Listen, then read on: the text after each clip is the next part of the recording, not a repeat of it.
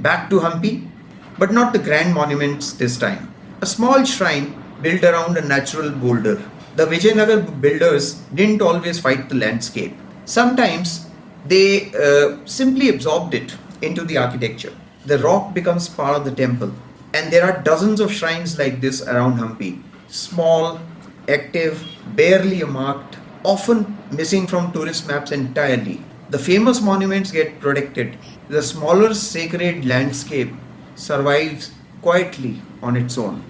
Madan Mahal, Jabalpur, early 12th century. Earlier at Hampi, we saw temples merging into boulders.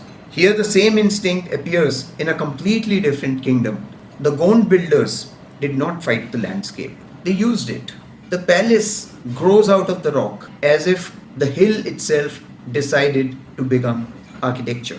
Bateshwar, Morena district, Madhya Pradesh. Over 200 temples, 8th to 10th century Gurjar Pratihara period. For decades, these temples lay collapsed in the Chambal ravines, deep inside dacoit territory.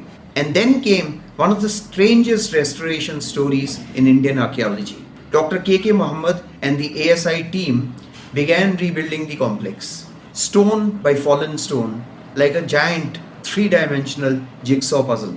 No drawings, no original plans, just the internal logic of the architecture itself. And here is a detail that sounds fictional, but it is true. The restoration was possible only because Chambal dacoit Nirbhay Gurjar gave Dr. K.K. Muhammad's team safe passage in the ravines. So these temples survived through an unlikely partnership.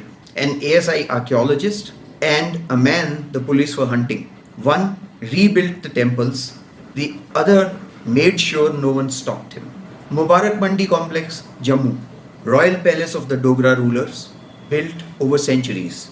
Look at the architecture.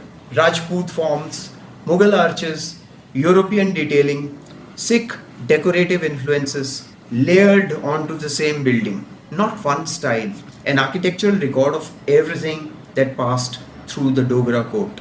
Parts of this palace are collapsing in plain sight. Not because the structure is weak, but because maintenance stopped. Government offices occupied sections of the complex for decades, altering spaces, neglecting repairs, treating a royal palace like ordinary real estate. What you see here is not ruin caused by age alone. It is administrative decay made visible. And then there is this ceiling work. Papier mache ornamentation, part of a Kashmiri craft tradition that very few people still practice at this level. That is the frightening part of heritage loss. Sometimes the building survives, but the knowledge required to restore it disappears first. Revdanda Fort, Maharashtra. This is where Chhatrapati Shivaji Maharaj laid the foundations of the Maratha Navy. One decision here would reshape power along India's western coast. Today, almost nothing here feels like a fort. The village has absorbed it. Homes stand inside the walls. Vegetation covers the rest. Only this entrance arch still announces that something important once stood here. 5 kilometers from Revdanda, Korlai Fort, Portuguese, 1521. Shivaji Maharaj took fort after fort along the Konkan coast, but not this one. Korlai held, and something else survived here too. The descendants of the Portuguese garrison still live nearby. Some still speak Korlai Creole, one of the last Portuguese-based languages in Asia. The fort is fading, the language is fading. Sometimes heritage disappears in more than one way. Mitauli, Morena district, Madhya Pradesh, 10th 11th century. An open to sky Yogini temple, 64 niches for the Yoginis, one for Shakti. And this hilltop shrine influenced one of modern India's most important buildings. Edwin Lutyens is believed to have visited this temple while designing New Delhi. Its circular plan, radiating chambers, and open center echo in India's old Parliament House. Not a bad model to borrow.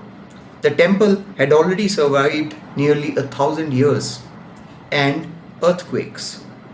A tantric shrine entered modern India's architectural story. Many of the Yogini figures are gone, not through one dramatic act of theft, but slowly, over generations, taken into village shrines, folded into local worship.